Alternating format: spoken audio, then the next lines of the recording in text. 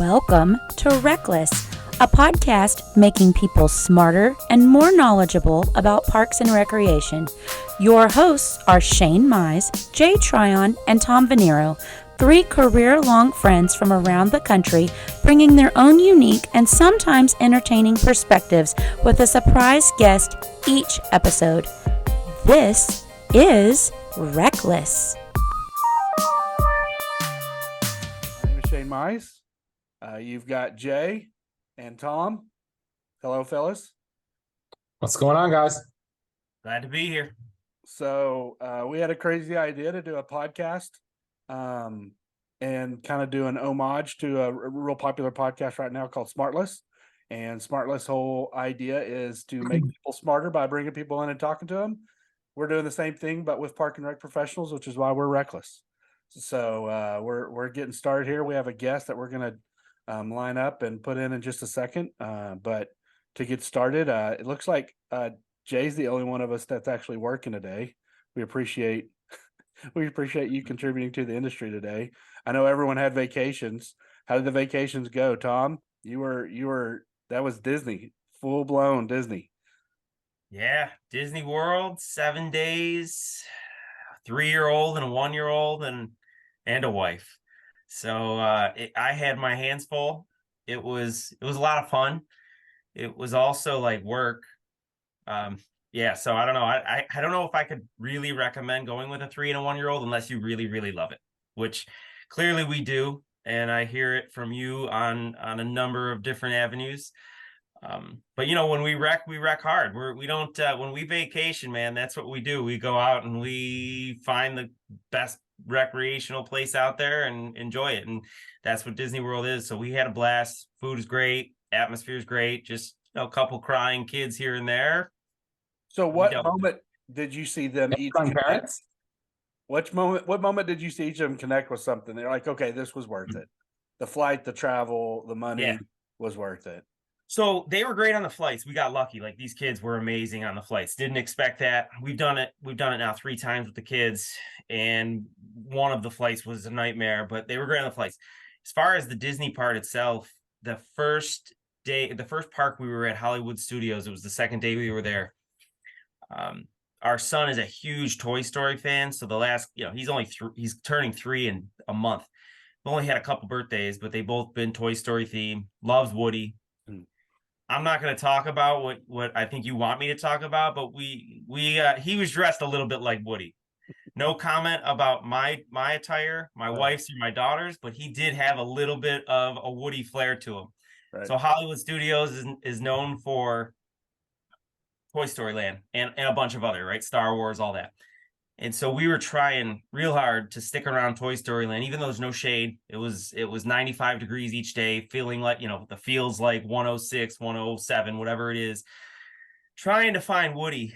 And finally we did. He was on his way out of the park, taking a break from the heat. My wife started running with Jack in her hands and put him down. We caught him, yelled his name. Woody stopped, turned around, saw a little Woody looking right at him, did one of these whole, the mascot thing where they're like, right.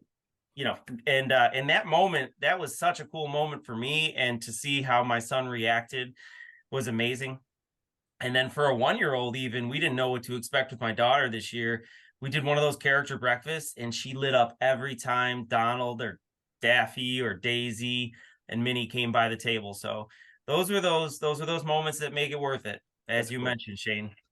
That's cool. And then Jay, you were in, it looked like Toronto. A couple days in Toronto, but mostly in Buffalo. Went to go visit the family, and my son got to spend the week at Jim Kelly football camp. Okay. So pretty special for him. Similar story to Tom, like kind of seeing him be on the field is really neat, and something he'll never forget. But while he was doing football camp, the wife and I spent a couple of nights in Canada just to get away.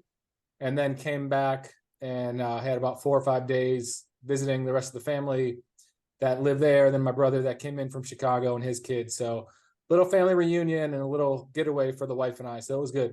So if I'm not incorrect here, y'all walked to Toronto? Looked like you did like 30,000 steps a day. Did you literally walk there? We did not walk to From Toronto, North but Carolina. once we were there, we parked the car and did about 17 miles in one day.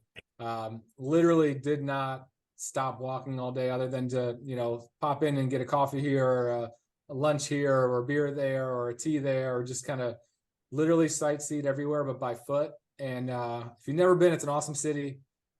It's massive, and it's, kind of the New York City of Canada, probably one of the largest cities, if not the largest city in Canada. They got a lot to see. Most of it's lakefront, so it's waterfront. So it's really, really unique. They got some great trails up there that are along the water. You can literally bike for miles and miles and miles from Canada or from Toronto to other cities.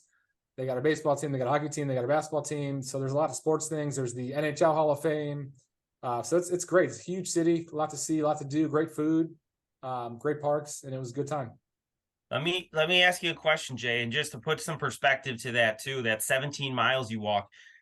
I was tracking what we were doing in Disney because that's all you do is walk around. You got the stroller, Yeah. you're pushing it. We were doing about 7 or 8 a day, and so you did 17 in one day. That's insane to me. But anyway, just to go to parallel to the rec piece, Toronto, where we're from, Rochester, and even Jay to an extent, Buffalo, we don't have Major League Baseball. We don't have Major League Basketball or National Basketball Association. We got the Bills. We'll take a lot of day trips with our people, whether it's seniors, youth, family, and we'll go to Blue Jays games, that kind of thing. It's about a 3-hour drive, I think, if I'm recalling that correctly. So it's a great day trip for those of you who might do those kinds of things with your agencies. So my real question though for you was, your son got to go to Jim Kelly camp. How did you convince your wife to not go there yourself? I saw that he sat in Josh Allen's locker room. I mean, that had to be a pretty big moment for him, but also for you. I'm assuming you're jealous. I was super jealous. There's actually a lot more behind the scenes things he got to do that I didn't think he was going to do.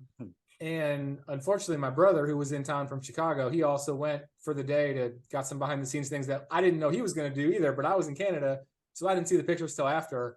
My other brother works the camp, so he kind of pulled some strings and gave them some special treatment that not every camper usually gets to get.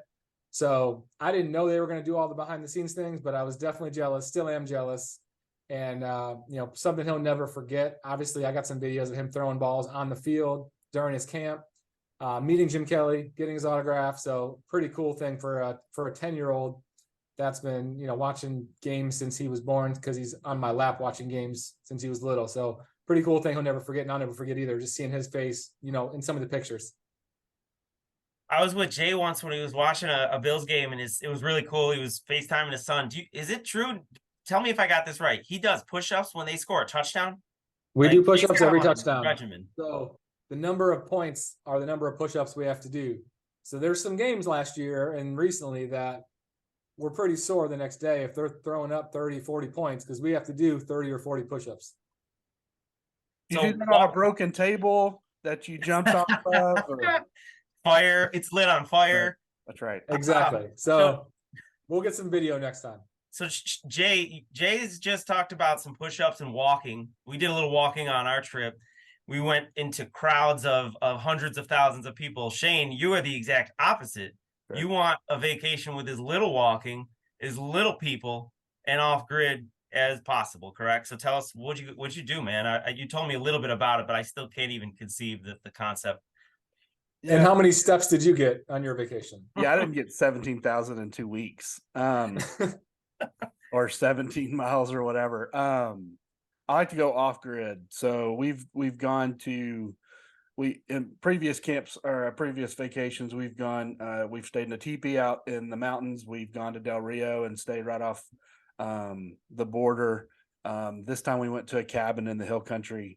When we drove into town every day to grab pastries at there's this little French/German town called Castroville, and it's an Alsatian French town. It's got a lot of history and bakeries and old homes that were built in the 1800s they're still being maintained. And so when you go into town, you get the data and you start to get emails. But in this cabin, it had no Wi-Fi.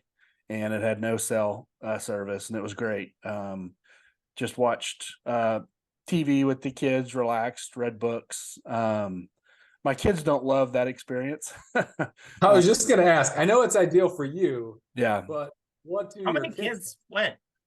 I only had 2 on this one. We have 4. The youngest 2 went. I have one, my third born, Hayden, that is just like me. Doesn't like crowds. Doesn't want to be surrounded by a lot of people. So he was fine. He had a Nintendo Switch, and he'd have probably been fine the whole time. Our youngest, Landry, is a lot like her mother and wants to see people and interact. And so we went into San Antonio. I know Tom has never been to San Antonio. Jay, I don't know if you've ever been. I have not. It's a great touristic city, obviously with the Riverwalk and the Alamo and all the history, but great Mexican food places. I've had family that's lived there my whole life, and so we were only 40 minutes outside San Antonio. So we'd go into San Antonio and eat some of the places that we enjoyed eating, and we did some touristy stuff. Went to the Alamo. The kids hadn't been in a while, and just kind of we went to Bandera, which is a small little cowboy town in the hill country. So we kind of palled around. I was sick. I had strep last week, and so it delayed us. I was contagious, so I couldn't go anywhere for 48 hours. So it delayed our trip. It's supposed to be 7 days. So I think my kids were happy that they were only 5 days without Wi-Fi and data. But it was a good trip, and I recovered by the end of the trip, and I'd never taken 2 weeks off. I don't know if y'all have, especially in the summer. It's incredible to take some time off in the summer when you've worked every summer, every 4th of July. So it was great in that sense, and it's been great. This is my last full day of vacation. Go back in the office on Monday, and it's been well needed for sure. Same here. So my only burning question: how many monsters did you take on this vacation? Oh yeah, I mean, I get 4 cases of monsters a month, and I go through about a case a week. And so I had a there's a cooler called an Icy Breeze. I'm not sponsored, but I would take a sponsorship. Icy Breeze. You put drinks in the cooler, and then it's got a little tube, and it runs to the top, and it runs the cold air and the cold water by, and it's got an air conditioning vent that comes out of this cooler.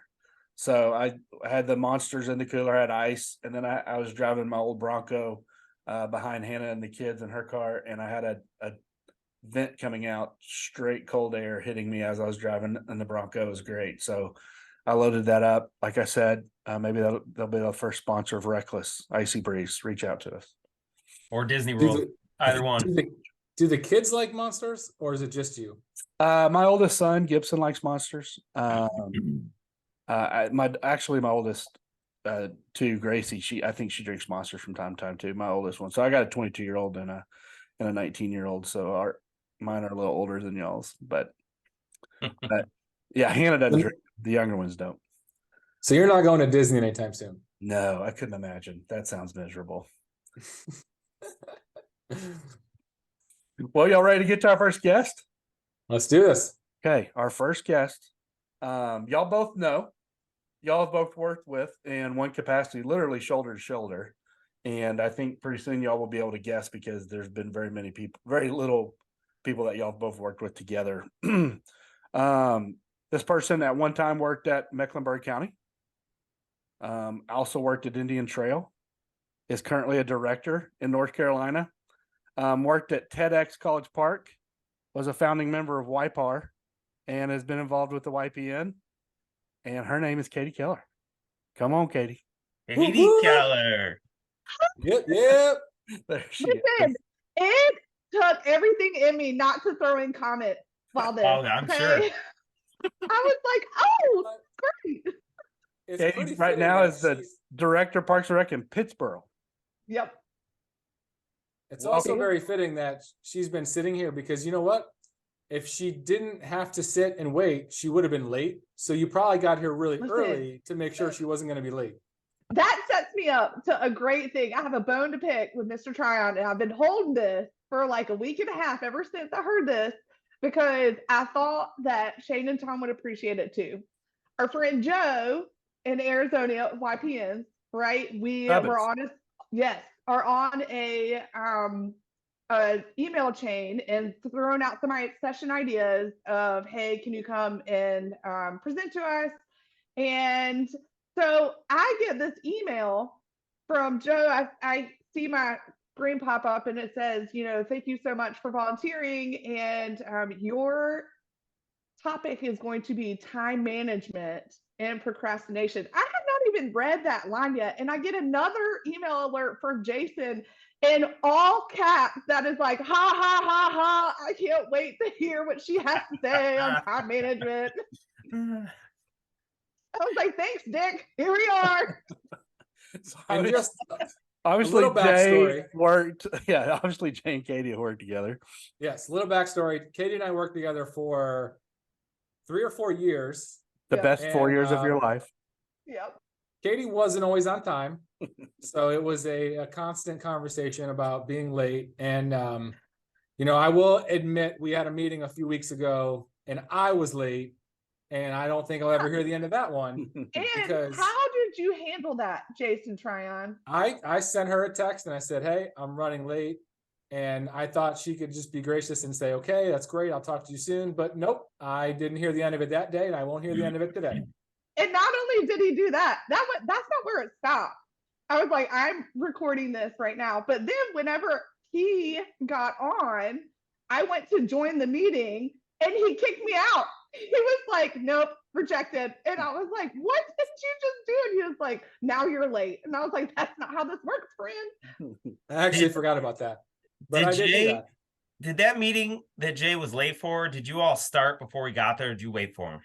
No, he set it up and it was just he and I because we were talking about sessions of things. We really do like each other. Like we are actually looking at different conferences to go to and like aligning what our schedules look like. And so he set up the meeting because he would still be waiting if it was my responsibility to set up the meeting. And so I was just like, what is happening here? So it was just us two.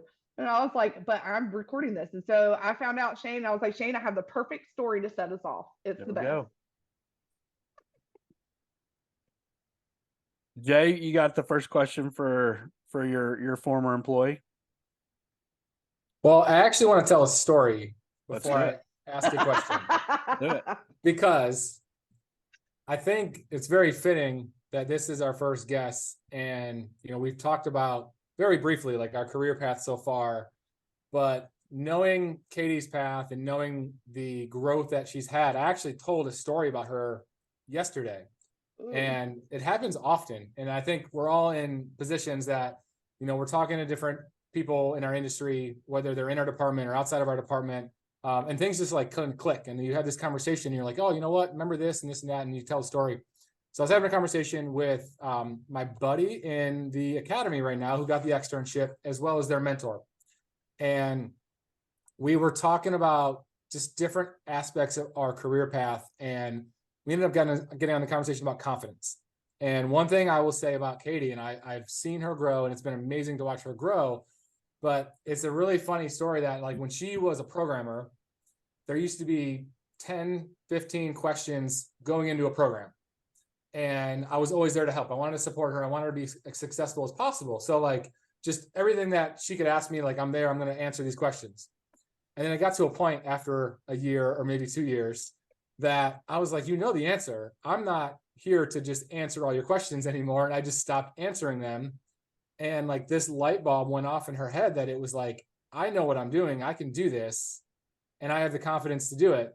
And I think once she realized that like she trusted her decision making is when like she went from being like a great employee to being exceptional, because she was able to make decisions that she was confident in making. And even if maybe at the end of the day, it was like, I could have done this different, I could have done that different. She was trusting the fact that she knew that she was confident in doing that. And it's been trickled over to all these other positions she's had and other growth that she's had. So with that being said, my first question to you is, from a confidence level now in a director role and in a new department or semi-new department, how are you using your previous experience and your growth to make decisions? Oh man.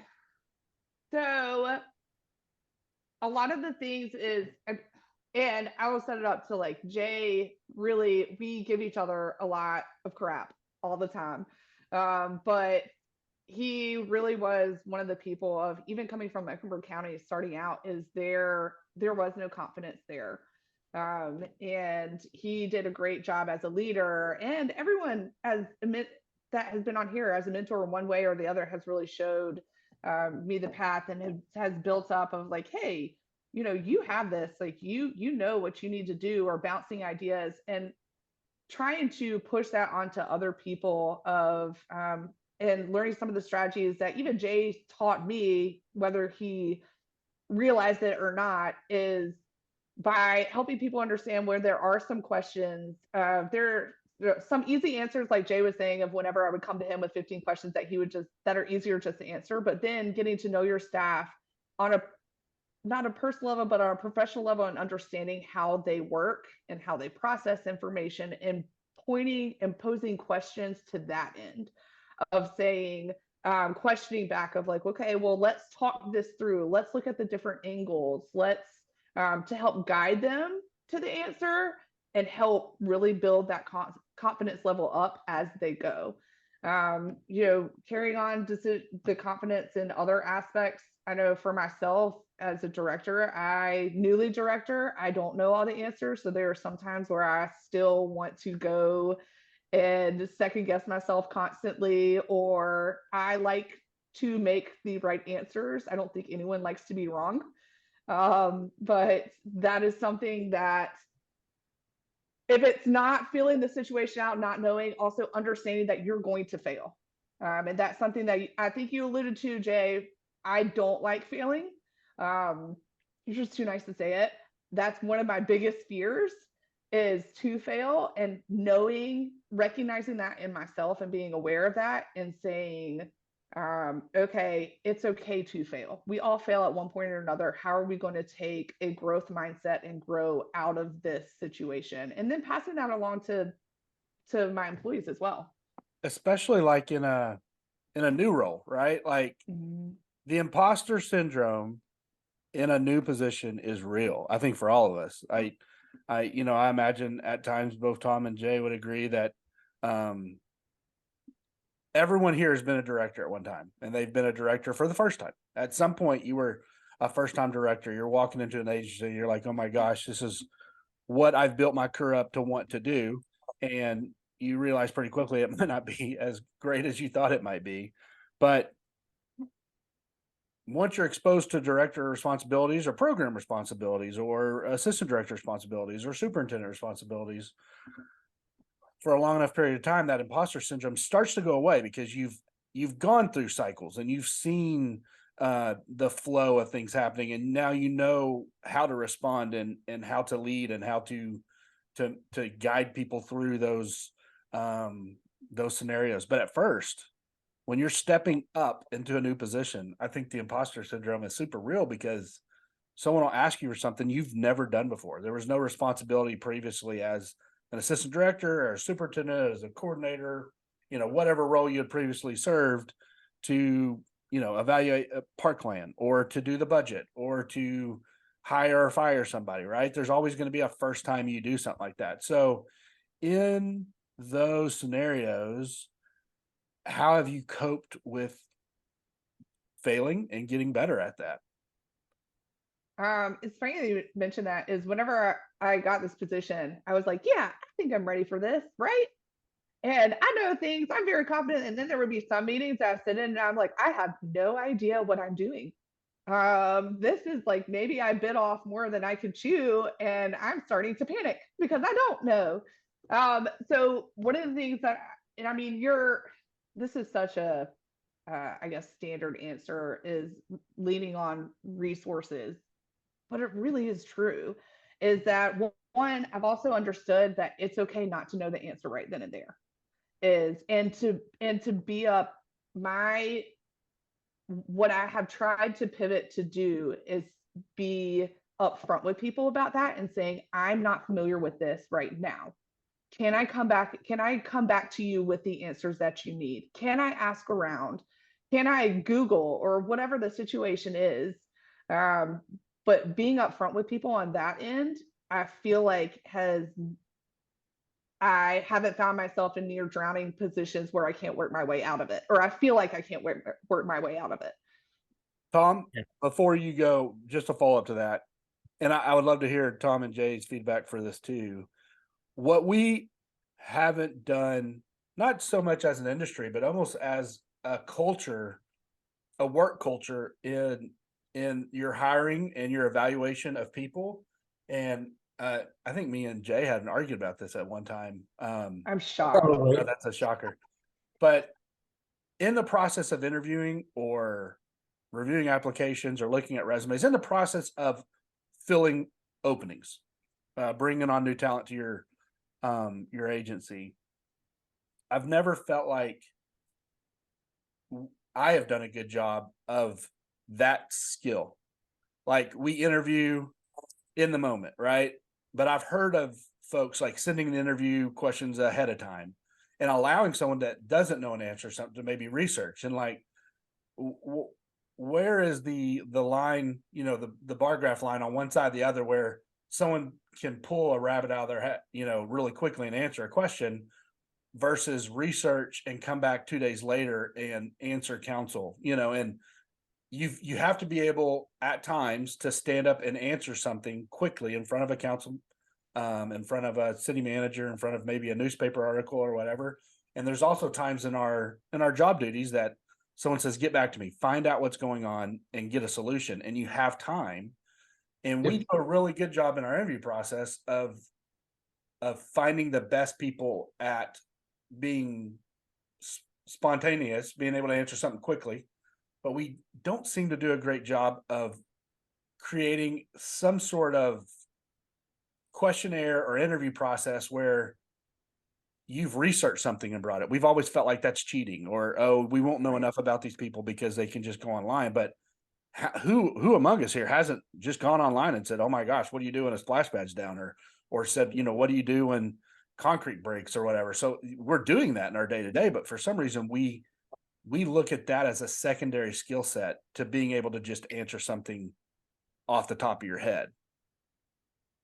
So I want to argue that I know. because, and there's So a bad. reason. Listen, no, there's a total reason to this. It's valid in my head right now.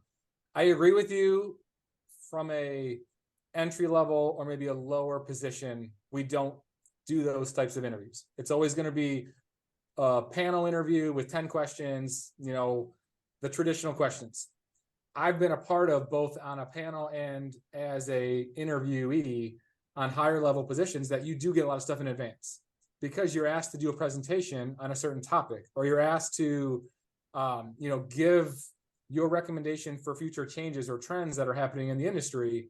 So I think it varies on the position and the type of the position it is, because those higher positions may need to do more research, but my programmer isn't needing to do as much research for a summer day camp or for an after school program. You know, and to that point too, it's not even that, it's never black and white with hiring too. You know, we're looking for people, at any level to give us, and I don't care if they have 2 days to research or they're giving us questions on the spot. Anybody that we hire can learn, right? We just talked about that imposter syndrome, and then you get better and better. You work up equity, you have more time to get answers. So even going back to that, you know, I think we can give someone, I'm just not sure there is a right answer with hiring. You know, we tried it the last time around with a higher level position where we gave them the interview questions or half of them up front. I'm not so sure that really set anybody up with a bigger advantage. And to be honest, going back to what you said about that research, putting a presentation for a board, the first time that we all did it, we might not even have been ready to do it or knew what we were doing. But over years and years of practice, or months, whatever you want to call it, now there's a recipe for it, right? I've talked to Shane, I've talked to Katy, I've talked to Jay, see how they do their presentations. I wouldn't have maybe had that opportunity at the time of an interview, right? So I just don't know the answer to that. It's somewhere in the middle of what the two of you are saying. I think you know, I always find myself playing moderator with these guys. Sometimes I want to just walk out the room. But going back to that, you know, and a question for Katy, just kind of on the heels of that. We talked about that whole getting into a new position. And for me now, what it feels like is I've built up this equity with our boards, even though they're ever changing, where there's more forgiveness if I don't have an answer or if I do fail. But there's not many worse feelings than when you're at a board or a council meeting and you get a question you don't have the answer to, and your response is going to be something. I mean, hopefully you keep your composure, but now it's as easy to say as, well, I'm going to find that answer for you and I'll get back to you. But early on in my career, that's not an easy thing to do. How have you navigated that, Katy, early on in your career where you just mentioned, and we talked about using resources and looking things up. I think the best resources that we have sometimes are each other. We obviously have our group chat that we bounce ideas back and forth. Sometimes it's just happy 4th of July and cheers pictures, but a lot of the time we are talking about some interesting topics that are related to the field.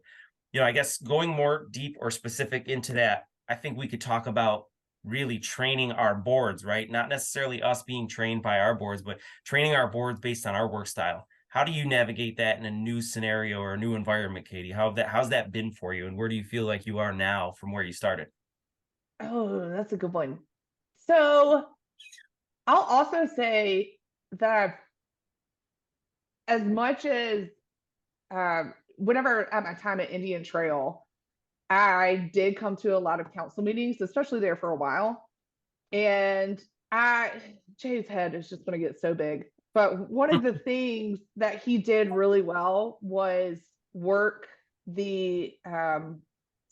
gracefully work through different scenarios with the council members, is what we call them. I have commissioners now.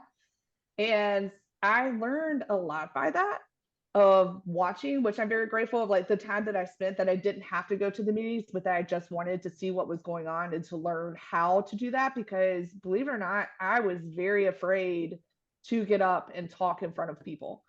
I still don't like it.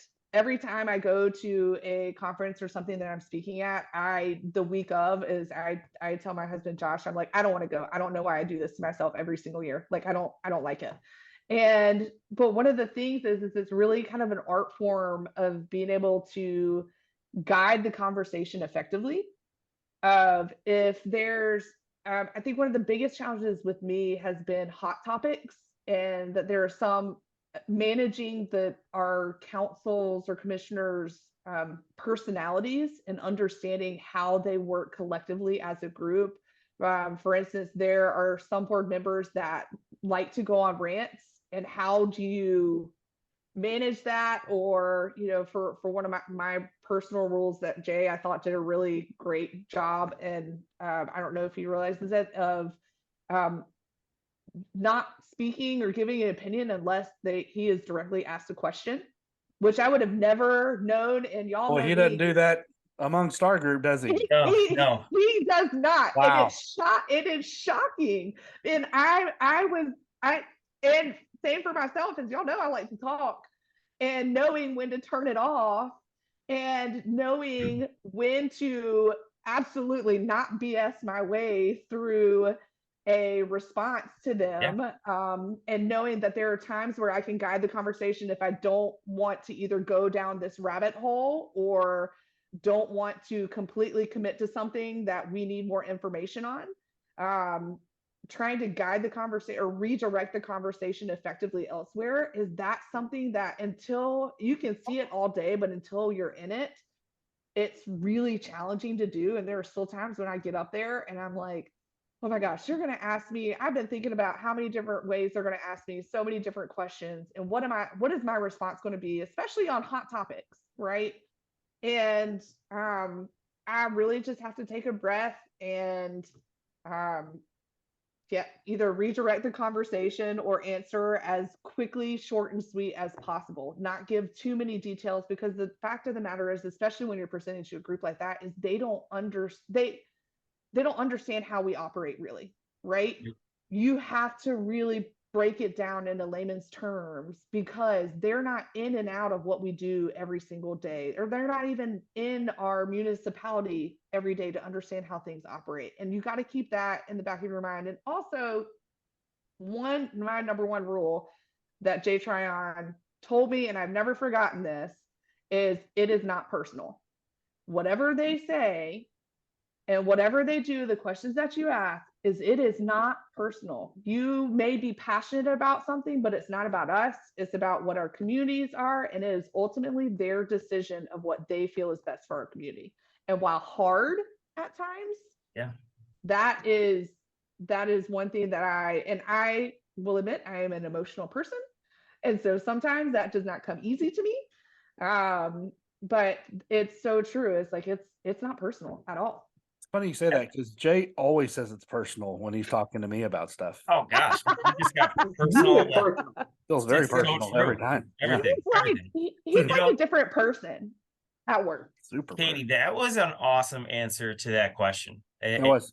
It's amazing takeaways on managing how you really kind of interact with your boards and councils. And it's interesting you put it out. I could put 4 or 5 takeaways there.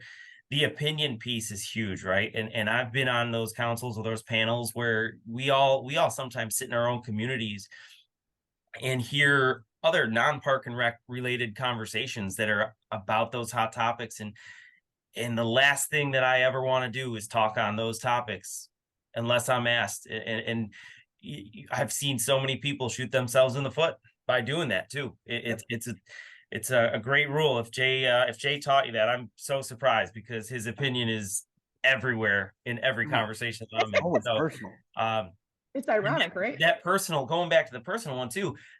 The funny thing about that is it's not personal to you as the individual who's bringing it up, but it may be personal to that councilman or councilwoman. Like that's the crazy part about it. And that's unfortunate, but as you mentioned, you're managing a room of 5 council people or 10 commissioners, whatever it is, and you've got to do the best by all of them, and you can't please them all either.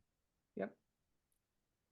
I want to go back to something, unless Jay has something else on that topic. I'm sure he does. You've been involved in I wrote down TEDx College Park. I wrote down YPN, and I wrote down YPAR. In all those ways, in one version or another, it's like cultivating a group of people that you're working with. You'll hear people say building a tribe or creating a family or a network or whatever. How do you do that? Because those are all 3 very unique groups, and all 3 very impactful. So, I mean, for folks that have never, and I haven't ever worked on a TED, that's huge. And the YPN has been something that's impacted all of us, and it's been a labor of love for all of us at times. But the YPAR thing, it's a movement. I mean, when you go back to the confidence side, I think a lot of times of what YPAR has done for the confidence of other ladies I've seen in the industry. And I don't know if it's the tide raises all boats, although I think it is, but I'll see people, Sandra Youngblood is a assistant director in Fort Worth. I think she's been the assistant director in Fort Worth since my career started there. So let's say 20 plus years. I saw her at their last state conference wearing a YPAR shirt, and it's like, it's representation, I guess, is really what it is. Like she feels like she's seen in a different way. So how do you do that? You were involved in starting some of that and cultivating all of it. And it's very unique to our industry, because we not only serve our communities, but if we do this well, we also serve our industry. And this is a different type of service, right? It's industry service. So how do you do that? How do you get involved in that? How do you impact that the way you have? So I think number one is it does take a village. It takes every person that is committing time and effort, or that believes in what you're really championing for, is the reason why it makes success or doesn't. If you don't have that buy-in, or if you don't have that passion in the first place, that makes it that much harder. I think also understanding different personalities, and knowing whether people are posting if there's a difference in political beliefs or political or just approaches in general, understanding and respecting of that, hey, we all, if you have a point A and point B, there are many different ways to get to those points, right? It's not just one way, and you have to appreciate that and you have to respect that. And so I encourage those differences. I think that we all did a great job. Mel, Lakita, Emily, and I, we worked really hard to create a space to ensure that it was a safe place for everyone to be able to express themselves. And sometimes it's not as professional. One thing that made it really successful for WePar in itself is that it wasn't always serious. It wasn't always, people had the opportunity to be real with each other. People had the opportunity to say, hey, I'm struggling and I need to be picked up, or hey, I know that there was one that was like, hey, I'm going on a first time, I'm a new mom, I'm going on a conference for the first time, spending a week away from our kids and my family. Of what does that look like? And just having people show a level of support was really beautiful for me. And I know for all the ladies on that group, I know with TEDx and WePar and YPNs and all, understanding that, trying to find ways. I don't really even know. I don't know how I do that. That's like a good question of like, as cliche as it sounds, is I like watching people and I like being aware of people and their responses, and understanding too that everyone responds differently, and maybe their frustration, especially if we're frustrated all. I mean, Tom, there have been times in some of our groups that we've run around, or all of y'all, especially in our YPN group, that we have not agreed on things. I also think that that's the beauty of the situation, is that we don't all agree on the same things, because where would we be if we did? I don't think we would be as close as we were. I don't think that we would be as successful as we were. I don't think we would be able to be as vulnerable to each other as we have been. That's a key. I think respect and / vulnerability that you hit on. I think that's been central to our groups that we're all a part of together, that we can be, we can come in and say, listen, I don't know how to handle this, and someone else doesn't jump on and say, you idiot, like everyone knows how to handle this. So well, it's the passion too, Shane, like that I respect the passion that you all have for these different ventures, or what we're all doing. And just for the listener out there who might not know or be as connected to some of these groups, just so WePar, Women in Parks and Recreation, YPN, Young Professional Network, through NRPA, and WePar you could primarily find on Facebook. Katie, where else is that your primary source? Yes, the primary source is that they do have a website that is womeninparksandrecreation.org. That's also a great resource as well. So and then TEDx College Park. So most people have heard of a TED or a TEDx group. The TEDx College Park group was a group that started maybe 5 years ago now. There was two events total. One was pre-COVID in person at College Park. The other one was post-COVID virtually, and both great experiences. I was really fortunate to work with Katie on both of those. And it was the first TEDx that we know of that was primarily based around Parks and Rec issues, global issues, but also Parks and Rec, and run by all Parks and Rec professionals from all over the country, which was really cool. So really quick question for you, Katie, or not a quick question, but a story then followed by question based on WePar.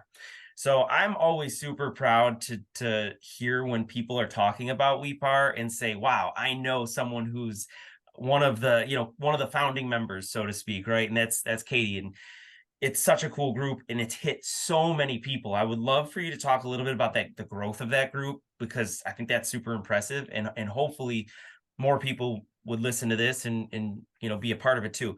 This one anecdote that I remember when you first started was there was someone who was talking about found a Leslie Knope Parks and Recreation doll at a Target or a Walmart. I don't remember, but it's spread on the WePar group, and so many people went out and tried to go get this Leslie Knope figurine or whatever you want to call it. So, and then you had the shirts, and there's people from my state, in New York State, who are like, oh yeah, this WePar group is so amazing. It's been so helpful. And you shared a quick story about someone who maybe it was a first time conference attendee, mother of a young child. So my question really is that group specifically, you know, just you've been a huge inspiration to a lot of people, and that's in general, but obviously in that group, women and you know, all points of their career. You know, how do you what I guess what has that meant to you, and what is you've already kind of said a little bit of how you cultivate that, but that group specifically, what has that meant to you, and what are you hoping that it means to women in our profession all over? Oh man, Tom. So we talked about imposter syndrome earlier, and like it's so real. I'm like, how did I even get to this place, right? I was so fortunate to, be able to come on when Lakita and Mel brought me on. And which was right before the pandemic hit, I think. And what was crazy is going back and looking, we went from the beginning of WePAR was we started out, there was a couple of days where it was 100, and then like 3-day period and it was like 596. And then a couple of days later it was like 1,000. A day later it was like 5,000. And it just spread and started booming. And we had no idea. We were really just trying to keep up with it. And one of the great things about it, also, side note, Tom, how did you know it was trending on WePar with the Leslie note? Are you in that group? No, someone told me this story, Ooh, and, is he I'm like, secretly this is in? this is Like, amazing. we screen people, Tom, No, which we have had like people even change their Facebook name, which you can't turn back for 30 days of like trying to get into this no. group. And I'm I like, come respect my on. place. I respect. No way. I got to say, Tom, you can't be on here and say that. Oh, I Someone think told me the story. It was amazing. you need to print the roster and see if we can find my his name God. somewhere, So or his wife. yes, I know. Well, we all get notifications of it, and so I look through it, and sometimes I'm like, no, go get out of here.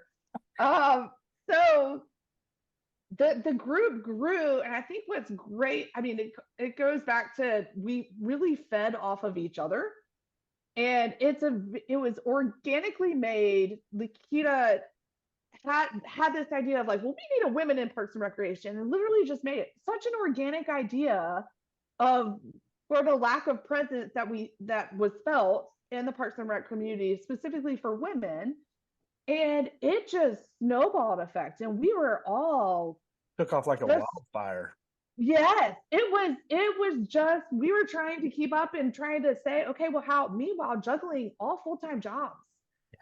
So that has been the biggest challenge, at least from from the board members' perspective, is that trying, and we live in different states. We lived in different states for the majority of the time, at least while I was on the board. And it, trying to we would have weekly meetings into the night, just trying to figure out like, okay, well, what can we do? Where do we go from here? And what are our obstacles of trying to find something that nationally and even internationally, because we did have several people outside of the United States trying to find something that we could get everyone on board with. And so the conversation is typically organic. And having these people, having these trends of Tom, like that. Another one of my favorite one is we talk about vulnerability, and it's hands down my favorite post that a lady was like, hey, we're going to be real here. It's event season. What kind of underwear are y'all wearing? And things like that. Like, it's like, yes, this is what I'm here for. Because it's something that like nobody talks about. We're able to be our real authentic selves. Where it's not, not saying that we're not able to outside of it, but there are just times where, hey, like we need to feel vulnerable in whatever shape that may feel, or shape that may be. And encouraging that and really lifting each other up. And like our passion is providing a platform of support for women all over the globe. Yeah, I was just gonna say the support and like just comfort, right? Like we all need a safe space every once in a while. And absolutely. I mean, because you'll even see, anonymous.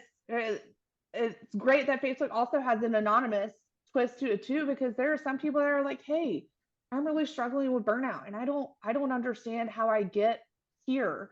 We also have, one of the features within the group to connect for mentors. Please sign up if you're looking for a mentor. If you would like to be a mentor, please sign up here so that we can pair you with somebody, because there are a lot of people out there, and we all here know the power of mentors. There are some people out there that don't, whether they're in a smaller community or a larger community, they just feel like they need an outside perspective, and that's just so important. Yeah, I think the best way to describe it's almost, I mean, what was cool about it, it was needed because of how quickly it just became a thing. And I mean, even as a white privileged male that isn't even on Facebook a lot, I felt the movement. I felt it just happen. Like all of a sudden a void was completely filled, and I thought that was really cool. You have been great. We appreciate the time. I've got one more thing, and I think it'll be something that we enjoy talking about here, but I think it'll be something that if we ever do have listeners, our one listener will find interesting as well. We all go to NRPA and we see each other every year, and it's a thing, right? It's, for us, it is a what started out as a pilgrimage in some ways, like, oh, this national conference I'm going to go attend, see the best of the sessions of our industry, and all that's still valid, hopefully, that people still attend for those reasons. But it's like a family reunion for us in some ways. It's a way for us to see each other. It would be tough, I mean, to not go. I mean, Jay, could you imagine scheduling your wedding during one? That's crazy. But let's. Who would do that? That's insane. Crazy. It's insane. No one would do that. That's stupid. But let's and then also having to deal with that anniversary around that same time every year. So, I mean, no one would do that. But there is a group it's a subgroup now that has formed under it that I like to refer to as the Real Housewives of NRPA, and it's it's our spouses. Spouses attend, not just our spouses, obviously, but you see other people that bring their spouses, and it's somewhat of a vacation for some of them, but it becomes like a mini family reunion for those spouses, and those spouses go off and do things that we're not doing. And my wife and your husband enjoy doing these vacations together, and Katie and I are extremely jealous, and I just wanted to see what you thought about the Real Housewives of NRPA. Oh my gosh. Okay. I'll also, before we go to there, Shane, do you remember the first thing that I said to you when I met you? Yeah, it was probably the dumbest thing you've ever said. We can challenge that. I've heard some dumb things come from her mouth. He said, "Oh my gosh, you're Shane Mize? ? You're on my bucket list." And I said, "Well, that is the saddest bucket list I've ever heard." And saddest and maybe creepiest.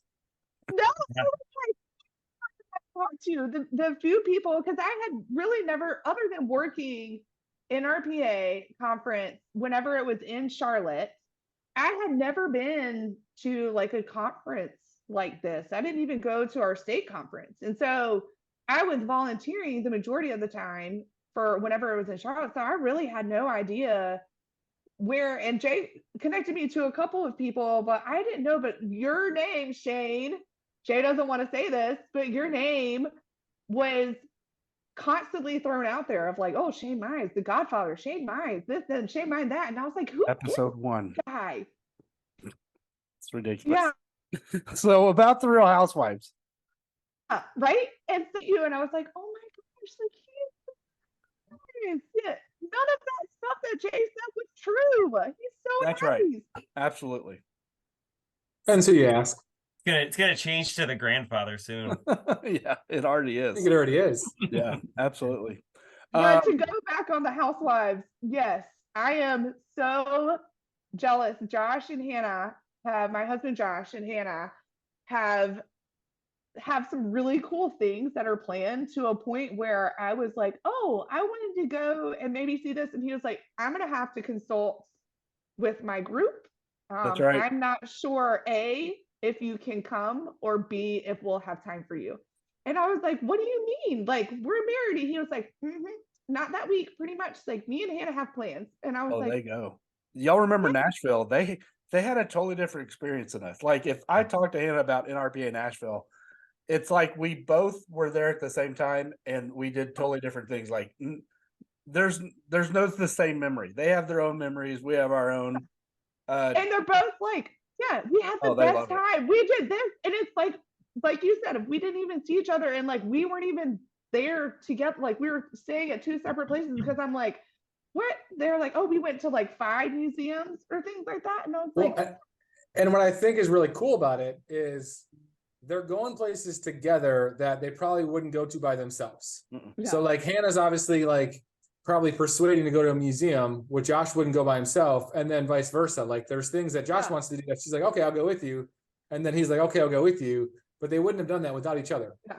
In true Keller fashion, Josh went to Hannah said, let's go to this museum. He's like, okay, but we're going to go bar hopping. Bar hopping. Yeah, that's exactly what happened. Hannah would not have gone bar hopping. Yeah. That's what I was gonna say. Shane, you might not have gone to a museum with Hannah. You might have, but you might not have. And another cool offshoot of this whole, this spouse thing too is, I know Hannah's helping us out with this. Melissa might be helping out with something, but Josh. So I met Josh, and I don't know much about Josh. I know Katy pretty well.